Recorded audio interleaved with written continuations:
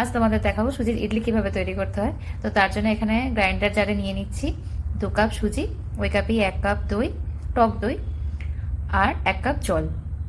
তো এবার গ্রাইন্ড করে নেবো ভালোভাবে। তো দেখো ব্যাটারটা একটা বাটির মধ্যে ঢেলে নিচ্ছি। এখানে ঘনত্বটা একটু বেশি মানে ঘন হয়ে গেছে, তো এই জন্য ওর মধ্যে একটু জল অ্যাড করব। অল্প একটু জল অ্যাড করছি, ভালোভাবে মিক্স করে নেবো। দিয়ে দিচ্ছি স্বাদ মতো নুন। আর দেখো তোমাদেরকে ঘনত্বটা দেখাচ্ছি, ঠিক এরকম হবে। এবারে দিয়ে দিচ্ছি ইনো। ইনোটা দেওয়ার পর একদম অল্প একটু মিশিয়ে নিলেই হবে, বেশি মেশানোর দরকার নেই। দেখো এরকম বাবলস চলে আসবে। দিয়ে এরকম ছোট ছোট 4টে বাটি আমি নিয়ে নিয়েছি। দিয়ে ওর মধ্যে নিয়ে নিচ্ছি তেল। তেলটা ভালোভাবে বাটির মধ্যে গুলিয়ে নেবো। দিয়ে এর মধ্যে ব্যাটারটা দিয়ে দেবো।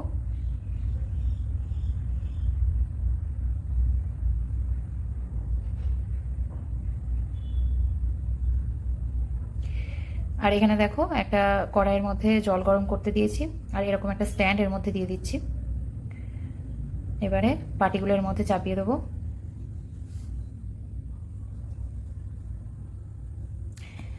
দিয়ে এবার মিডিয়াম আছে মোটামুটি 15 মিনিট অপেক্ষা করব। যদি বাটিগুলো তোমরা বড় দিয়ে থাকো তাহলে কিন্তু সময়টা বেশি লাগবে।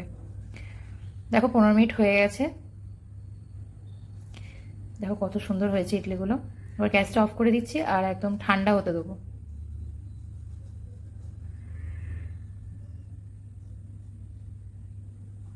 দেখো ঠান্ডা হয়ে গেছে। এবার একটা ছুরি করে সাইড থেকে ইডলিগুলো ছাড়িয়ে নেবো বাটির গা থেকে। দেখো ছাড়ানো হয়ে গেছে, কত সুন্দর ছেড়ে চলে আসছে আর কত সুন্দর জালি তৈরি হয়েছে। দেখো এভাবে সব কটাই ছাড়িয়ে নিয়েছি। দেখো একটা ইডলি কেটে তোমাদেরকে দেখাচ্ছি কত সুন্দর হয়েছে ভিতরটা।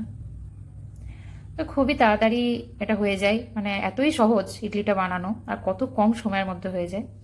আর এটা একটা টমেটোর চাটনি, তো এই চাটনিটা আজকে দেখাতে পারলাম না, অন্য একদিন তোমাদের দেখাবো। আজকের রেসিপিটা কেমন লাগলো আমাকে অবশ্যই জানিও। আজকের মতো টাটা।